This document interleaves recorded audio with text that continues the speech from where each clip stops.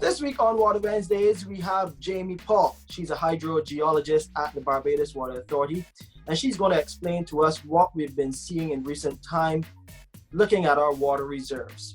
We have been experiencing some dry conditions over the past few years. 2019 was an extremely bad year as far as rainfall goes, and the Barbados Water Authority has been forced to take a number of measures, and we're going to hear what's going to be happening in the months ahead as well. Jaime, good to have you on the show. Hi. Hoping that you and your family are safe. Tell us about the current situation with our water supply. Hi, Shane.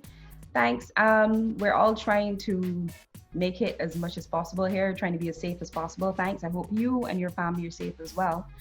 Coming out of 2019, we had one of the driest year on record at the Grantley Adams International Airport, at one of the rainfall stations there. The Barbados Met Services, one of their meteorologists, Tia Brown, she quoted this statistics, and it can indicate what we experienced in Barbados last year across the entire island. We saw a reduced amount of rainfall all across the island, and that then impacted on our water levels and our salinity levels at our wells all over the island. So that led to outages, that led to poor water quality in some areas, and Barbados Water Authority, we've been battling this constantly. Okay, Jaime, let's talk about those hardest hit areas: St. Joseph, St. John, St. Andrew. Tell us what has been happening there. Those areas are fed predominantly by our wells in that area, and they're facing a problem of low water levels. And because we have not had a significant amount of rainfall that we were hoping to have at the end of 2019, which would be our wet season, that problem has continued on into 2020. And we were hoping to at least have enough rainfall that we would be able to get some sort of recharge, but that didn't happen. And so we're facing the problem now of having to feed that side of the island with reduced water levels, with a small amount of water. We're trying to ensure that everybody gets enough water.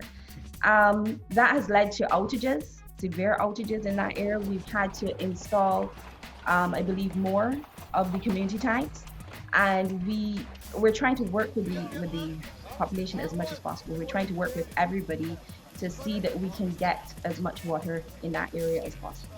There's some of us who are not having these severe outages. We're asking that they reduce the amount of water that they use where possible. I know everybody has to wash their hands repeatedly, so understand that we need water available to wash our hands constantly.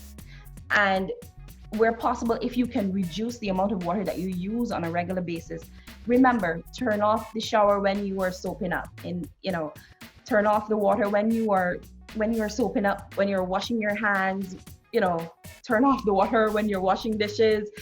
Any way possible that you can utilize less water to allow us to have more for the future, we're asking the public to do that. We're also asking the public to store at least 5 gallons of water per person at your home. We're asking you to store that water in airtight, clean containers.